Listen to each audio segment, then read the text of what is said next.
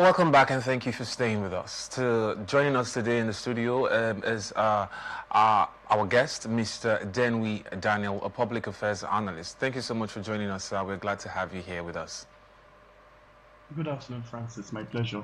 Thank you so much. So let's look into the first story that we have for today. It says Management Authority has condemned an attack on one of its officers who was allegedly stabbed by a commercial bus driver at Ojota Interchange, Lagos. The incident happened over the weekend after officials intercepted the vehicle for driving along the Ojota-Ketu corridor with its passenger door open, carrying commuters. According to a statement issued by the agency's Director of Public Affairs, Adebayo Taofik, shared on X on Sunday that the driver resisted arrest and attempted to flee by mounting the road median before the vehicle was forced to a halt. The injured officer was promptly evacuated to a medical facility where he underwent emergency surgical intervention, and due to the gravity of the fractures sustained, 2 fingers required immediate operative reconstruction and remains under close medical observation and is receiving comprehensive care. The General Manager of LASMA, Olalika Bakari Oki, condemns the attack and said investigations were ongoing to ensure the suspect is apprehended and prosecuted. Wow, my question on this story, Mr. Denwi Daniel, I would love to hear your opinion. The traffic enforcement operations by the Lagos State Traffic Management Authority, is it becoming too confrontational, and could this be contributing to the violent clashes with commercial drivers? The level of reckless driving in Lagos State is now something else. Do you understand? Even in Port Harcourt as well. Let's take a cue from Port Harcourt. So we can see how some of these drivers, these commercial drivers, they park recklessly. Some of them, they just park at the middle of the road, pick up passengers. Sometimes they don't even park carefully. Do you understand? Endangering the lives of some of these passengers. Do you understand? But from the story you read, I was able to deduce the fact that the LASMA officer, 2 of his fingers were damaged. Yeah. It's quite sad because to an extent, I feel like the state government or the federal government has a role to play in some of these things. Do you understand? Because I do not understand why we would have we call them agberos in Nigeria, right? We call them agberos. I do not understand why we have these people at some of the bus terminals.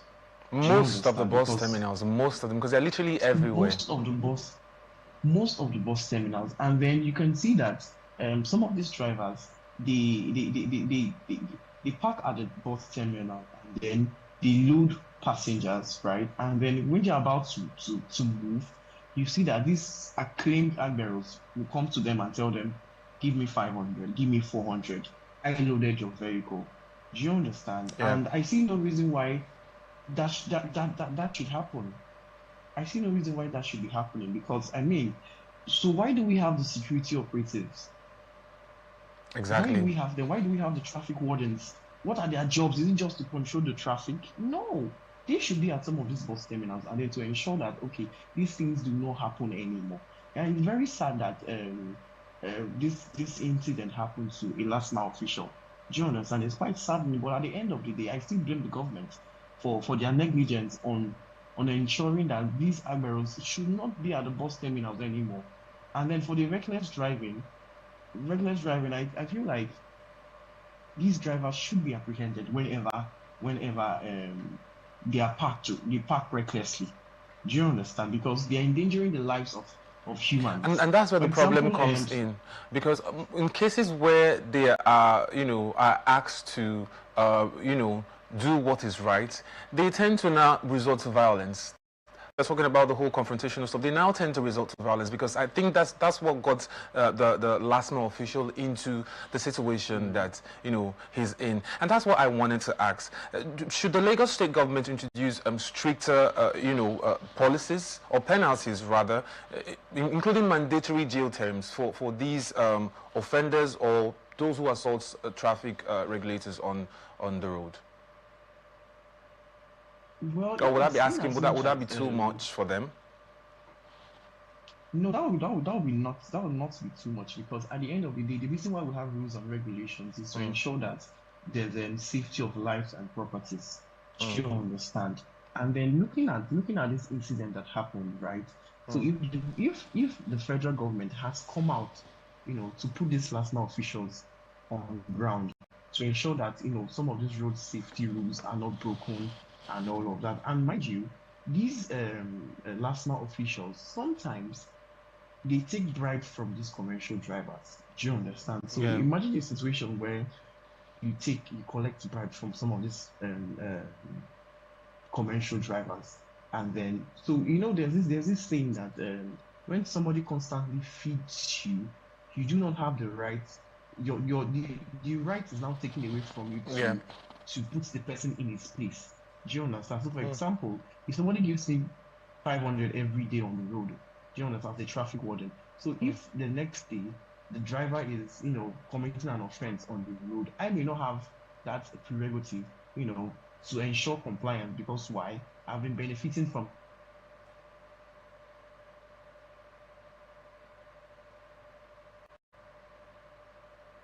this driver. Do you understand? So that is the case right now. Wow, this is so sad. Can you hear me? Yeah, yes, I can hear you, Sam. So, what measures do you think the Lagos State Traffic Management Authority should put in place, to better protect its officers? I mean, so that things like this do not, happen again. First of all, what the federal government should do is to ensure that these agbero are taken away from bus terminals, because that way some of these things will not be happening anymore. The first thing the government should do is to ensure that these hoodlums are not there at the bus terminals anymore. Do you understand? And then ensuring that the listener are being provided with adequate tools and everything that they need to ensure strict compliance on the road and at every point in time. All right. Thank you very much for your contribution on that story. So let's move right into the next story that we have. It says National Drug Law Enforcement Agency, NDLEA, has arrested a China-based Nigerian businessman, Ibianu Vincent Chukwu Dulwe, and two Angolan citizens, Mbandu Martins Makiadi and Ngoma Wilson Fernando, with 236 wraps of cocaine following the arrest at the Nnamdi Azikiwe International Airport, Abuja, and Malam Aminu Kanu International Airport, Kanu, respectively. A statement on Sunday by Femi Babafemi, Director Media and Advocacy, NDLEA headquarters, Abuja, said Ibianu was arrested on Wednesday while on board a Qatar Airways flight 1432 from Kanu to China en route Abuja to Doha. Acting on credible intelligence, NDLEA operatives at the Abuja airport demanded that the suspect be deported, following which he was taken for body scan, with the results confirming that the suspect ingested illicit drug. Babafemi said the suspect was thereafter placed under observation, during which he excreted a total of 52 pellets of cocaine that weighed 735.95 grams, while Ibiamu said he was into business on Lagos Island before relocating to Guangzhou, China in 2024. The cargo agent Mustafa Kudus Opeyemi, who presented the consignment for export, was initially arrested while a follow-up operation led to arrest of Adelaja at Hamadiya area of Lagos on Monday, 9th February, while in Abuja, NDLEA operatives on Thursday, 12th February, intercepted a waybill package sent from Enugu containing children's toy guitar, and it was used to conceal 2 parcels of Canadian loud, a strain of cannabis weighing 59.2 grams. A follow-up operation led to the arrest of the owner of the consignment, Henry Onuma, at Dream City Estate Life Camp. Chairman, Chief Executive Officer of NDLEA, Brigadier General Mohammed Buba Mawa, retired, have enjoined officers across the country to continue the current balanced approach to their drug supply reduction and drug demand reduction. Now, I would love to ask on the first story, Mr. Denwy Daniel, does this arrest at by the National Drug Law Enforcement Agency show that drug trafficking involving Nigerians is now increasing across countries? Because this moment, it wasn't just Nigerians that were arrested. Does this show that drug trafficking, is now increasing amongst countries? Definitely, yes. So this story is just a clear case of what has been happening, do you understand? Not Yeah. just only in Nigeria, Mm, but in other countries as well. So mm, we can see that the nation, the world at large, let me say that is gradually moving towards, drug trafficking. Do you understand? Because mm, at the end of the day, the government do not really have the time, to checkmate some of these products or goods, that come in from the country or that go out from the country. Do you understand? So mm, the amount of drug trafficking has increased rapidly. Now, this is just one of the many cases. Now, this is the reason why this is making the news is because obviously the person was arrested at the airport. Do you understand? So, mm. but this is just one out of the many numerous cases that would have. Do you understand? Now this issue of drug trafficking is as a result of a nation that has not planned or a nation that is not planning for her citizens or making adequate arrangement for her citizens in terms of employment. So if you check out the statistics, you can see that more than 40% of Nigerian youths are unemployed. Do you understand? But Yeah. if you check if but if you take a survey between Nigeria and then some other countries, you Mm, would find out that the government of those countries are investing on employment opportunities for their citizens. But in mm. Nigeria, the case is the reverse. That's why we have issues like this, drug trafficking, human trafficking, and the likes of all of them, because there are no adequate jobs. Even the jobs that we have, some of them, salaries are being owed. Do you understand? Some of them, the salaries are not enough. Do you understand? For example, we have the nurses. Now, um, I will call it a skit that was going around on TikTok sometime last week, where how much doctors and nurses are being paid. And then it shows that some of them take home 200,000 after spending how many years in school just to go home with 200 and something thousand. Now, these are people in the healthcare system that are supposed to give us, professional health treatments whenever we need those services, but they are underpaid. Do you And these understand? people also So have these are families to some of take the care of. issues. Yes, and these are some of the issues that the federal government needs to address. If not, cases of drug trafficking, human trafficking, and all of the likes will keep happening and happening and happening.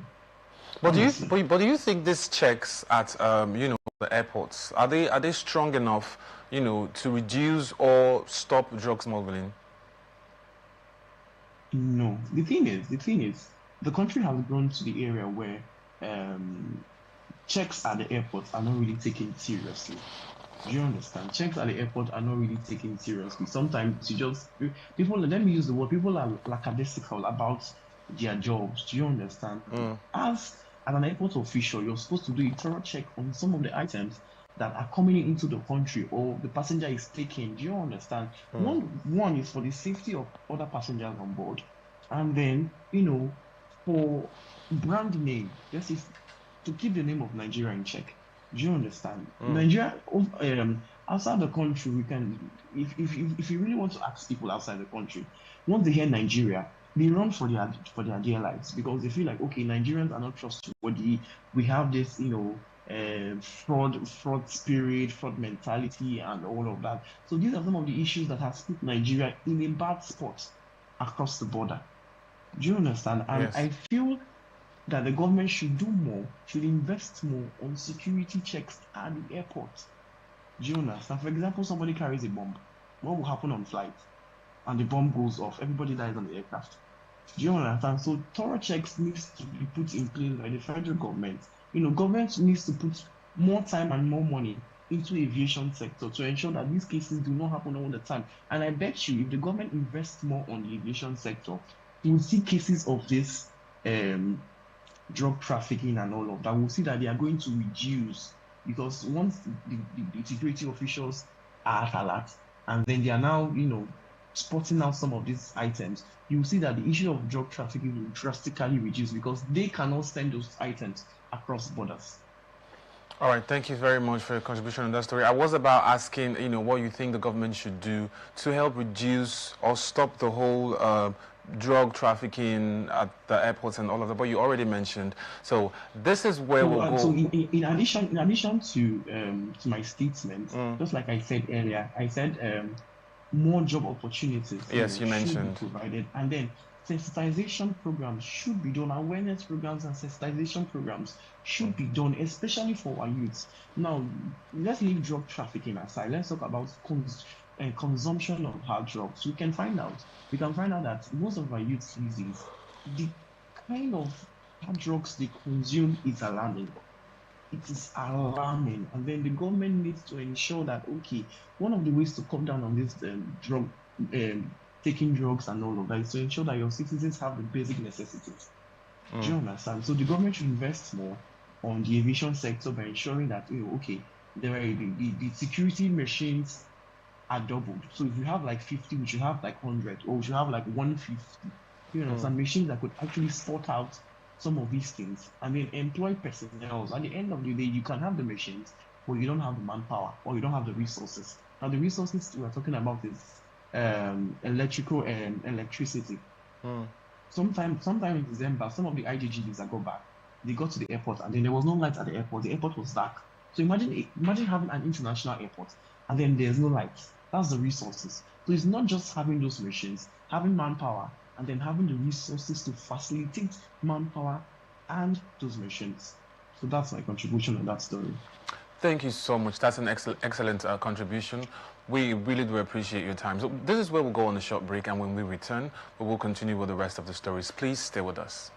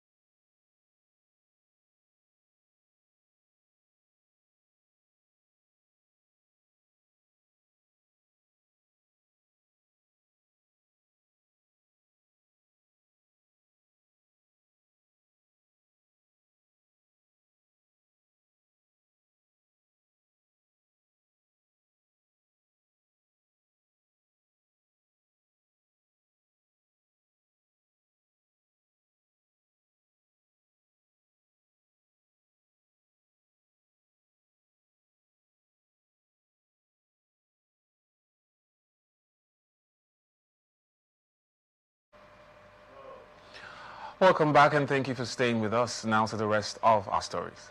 National Agency for the Prohibition of Trafficking in Persons has raided at least 8 hotels and similar facilities nationwide since 2024 and rescued at least 74 traffic victims and arresting over 20 suspects. The raids have targeted establishments in Abuja, Kano, Katsina and Anambra states, with the agency warning that hotels and hospitality centers are increasingly harboring trafficked victims. A statement by NAPTIP showed that it secured 93 convictions in 2025 and intercepted more than 2,500 potential victims who had been deceived and recruited for various forms of exploitation within and outside Nigeria. And the most recent raid occurred on Thursday, February 12, 2026, when operatives of the agency's Kano Zonal Command stormed a hotel in the Sabon Gari area of Kano State and rescued 7 women aged between 21 and 24 who were being prepared for trafficking to Baghdad, the Iraqi capital. 2 suspects were arrested during the operation, while a third remains at large. Meanwhile, the executive director of the Women Trafficking and Child Labor Eradication Foundation, Imalbong Ladipo Sanusi, said awareness campaigns must include enough information to enable Nigerians to make informed choices. Now, my question on this story, Mr. Denwy Daniel, is do the raids by the National Agency for the Prohibition of Trafficking in Persons show that traffickers are using hotels more in Nigeria? Because we've had a series of these cases, and they are always either in hotels or any of these establishments. So does show that, what should be done? Okay, just let me quickly say this. The reason why we have more of these cases happening in hotels, it's because hotels seems like a very conducive environment. Do you understand? And then if you look at the people that have been involved in this human trafficking, they are mostly what the female gender. Do you understand? So most times, a clear case scenario in Nigeria is a young girl, trying to look for how to make money and all of that, and then she meets a random guy on social media. Do you understand? You don't met this guy anywhere. You guys just started talking on social media, and then you feel like okay, you can travel and then go and meet this person and then have fun and then get paid. Do you understand? So the whole idea is, going there, meeting up with the guy, and doing whatever they planned, which is obviously having sex, right? And then getting paid. Now, so the thing they forget to do is they forget to do background checks. Do you understand? I'm not saying that it is totally wrong, to meet up with somebody on social media and then, go and visit the person. But my point is, you need to understand that the way Nigeria is right now, Nigeria is not safe. Do you understand? And then you don't need a soothsayer to tell you that okay, Nigeria is safe or Nigeria is not safe. We all can see the happenings, across Nigeria. Yeah. So, and then these girls are now being lured to the hotels because okay, once they hear that okay, we'll lodge you in the hotel, girls get pumped with not just girls. I feel like these days it's both genders. Do you understand? Yeah. So let's say human beings generally they get pumped by okay, I'm booking a hotel, you understand? Come and meet me at my hotel. I'm here chilling and all of that. Do you understand? So, an average girl would, want to go for the soft life, per se. I think that's the word right now, soft life. Yeah. Do you understand? And they go there and then they go there and then they meet up with these guys, not knowing that these guys they have what an ulterior motive. Do you understand? So that's why it feels like hotels is one of the avenues that they use. And then in some few cases you can find out residential homes and all of that. But hotels are one of the places that they use because of there will be no traces. Do you understand? For example, if the guy is inviting somebody to the house, we already know that okay, this is where the guy lives. Do you understand? But the hotel is just like a meeting point, so there will be no traces of okay, this is that, this is that. Do you understand? So that's why most of these cases are happening in the hotels. So yes. All right, thank you very much. So what do you think should be done to curtail this human trafficking that we've been having over time? What can be done to put a stop to it? Well, Especially outside the country, uh, tricking people outside the country. okay, so this question right now, it has a lot. It has a lot. Now, talking about outside the country and then even inside the country. Now, I would also refer back to my statement where I said the government has a role, to play in some of these things. Now, because of how unbearable, the country is becoming. Now, there's this Japa syndrome. Do you understand? Amongst Nigerians, oh, I want to leave the country. I want to go to the US. I want to go to the UK. Do you understand? Because of how the cost of living in Nigeria has become so difficult. Do you understand? So even the average Nigerian before that was earning maybe 300 to 400 to 500K, that amount cannot sustain them anymore because of what? The high increase in Cost of foodstuff and things. petrol, in basically standard of living. Do you understand? So we can see that even the average Nigerian has now fallen to the low class Nigerian because that salary that they were earning as at 3, 4, 5 years ago that could sustain them is no longer sustaining them. Now, and these companies that they work for, do you understand? How often would they keep increasing salaries? Do you understand? Salary increment is not something that happens every month. For some organizations, it happens once in 3 years, once in 2 years. So how will they survive? So that is All right.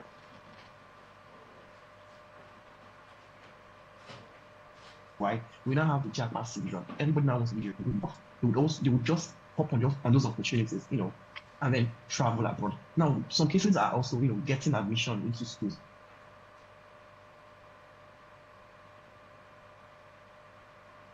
Not knowing that some of these schools you actually and then when you now travel out, you now find out that, oh, there's actually no school, there's actually no admission, or the person inviting you to come abroad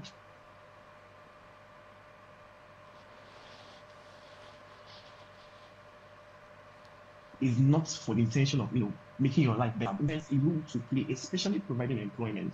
Do you understand? Now the Yeah. refineries are not working. So if the government can put these refineries into work, we know how much Nigerian graduates will work in refineries.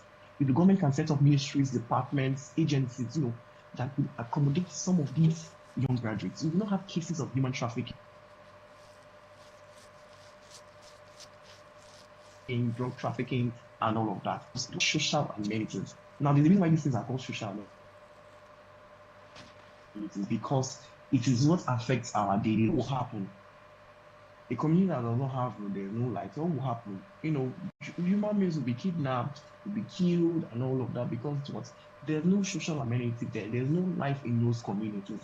So the government has a role to ensure that all of these things, schools are put in place, roads are constructed, ministries, departments, jobs are created to ensure that Nigerians do not venture into some of these things because it is as a result of the lack of these things that we have. That is why Nigerians are now venturing into some of these social vices.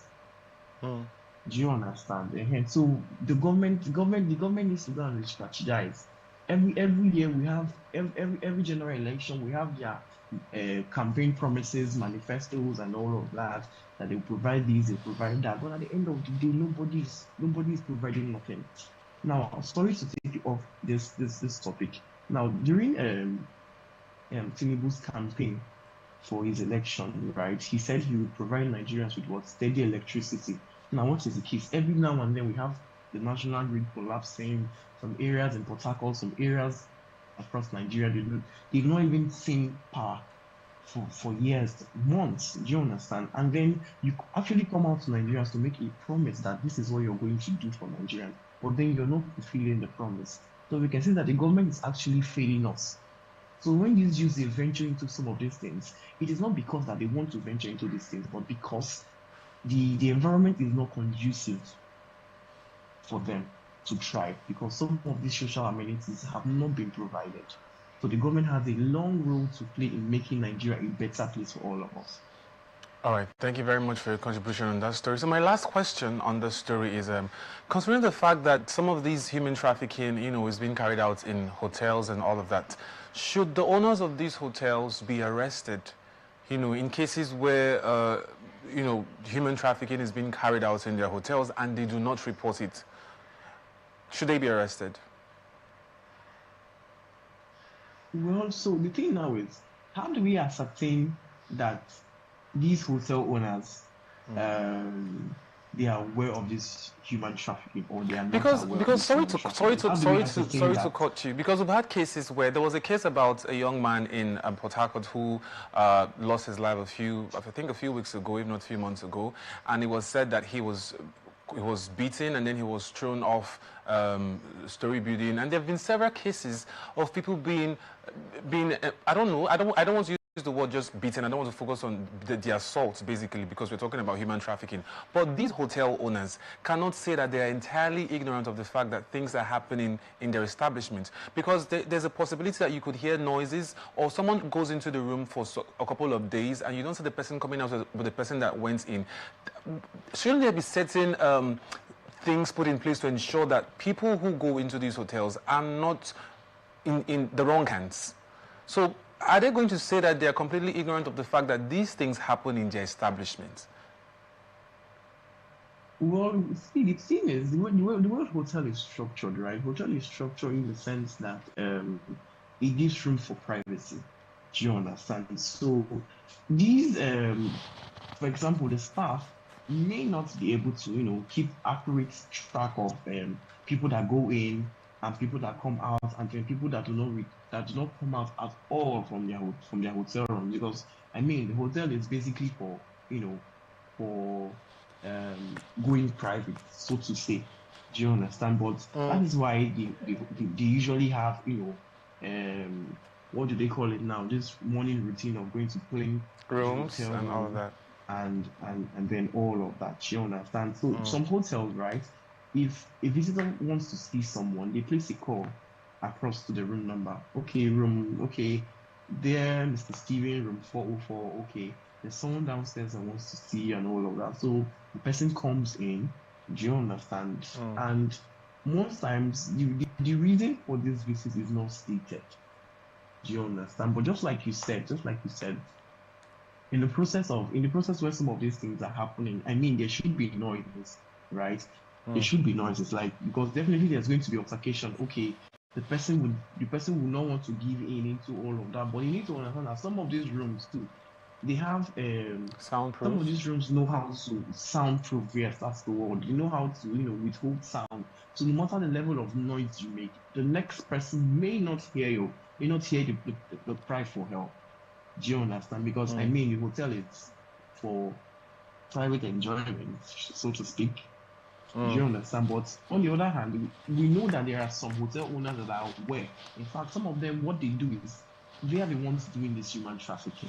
Do you understand? They set up the hotel and then they venture into some of these things. And then probably a couple of top staff management are aware. Do you understand? So even when an employee reports this issue to the management, okay, I heard yesterday I heard a sound in this room, this, that will be like, it's nothing, like they handled and all that. So we can see that even the hotel owners as well are involved into some of these practices. So it's not just, some of them might know, some of them might not know.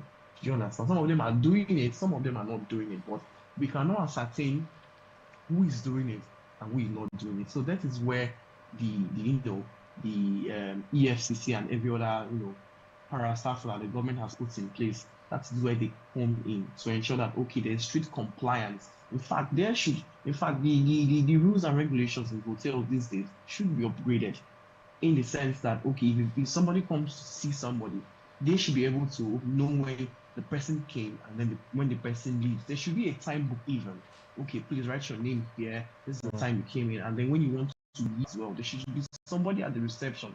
Hello, ma. Hello, sir. Please, where are you coming from? Which room number? So you should be able to sign out. So that way, it gives the hotel a certain level of security concern that, okay, this person is visited by 10:40 a.m. and then he or she is leaving by 1 p.m. Do you understand? So concerns will only grow when the person checks, when the person visits by 10 a.m. and then the person has not left the hotel since 10 a.m. Do you understand? So I feel Mm. like the security check should be upgraded with some certain measures to ensure that, okay, people that visit people in hotels, they should go in and then come out so that we will have less human trafficking cases across Nigeria. All right, thank you so much for your contribution on that story. That was really insightful. So let's move on to the last story that we have for today. It says Social Economic Rights and Accountability Project, SERAP, has filed a lawsuit against the Central Bank of Nigeria, CBN, over its alleged failure to account for 3 trillion naira in public funds, including over 629 billion naira reportedly paid to unknown beneficiaries under the Anchor Borrowers Program. A statement issued on Sunday by SERAP Deputy Director Kolawole Oluwadare said the suit was filed last week at the Federal High Court in Abuja, and the lawsuit followed grave allegations contained in the latest annual report by the Auditor General of the Federation, which was published on 9 September 2025, adding that it wants the court to compel CBN to account for the missing funds, as well as explanations on how the money is spent. The plaintiffs argued that the alleged violation constitutes a breach of public trust and contravene the provisions of the 1999 Nigerian Constitution as amended, the CBN Act, and the established anti-corruption standards. My question would be, the lawsuits by the Socio-Economic Rights and Accountability Project, does it really about how the Central Bank of Nigeria manages public money? Of course, of course. Now, just a little backstory, right?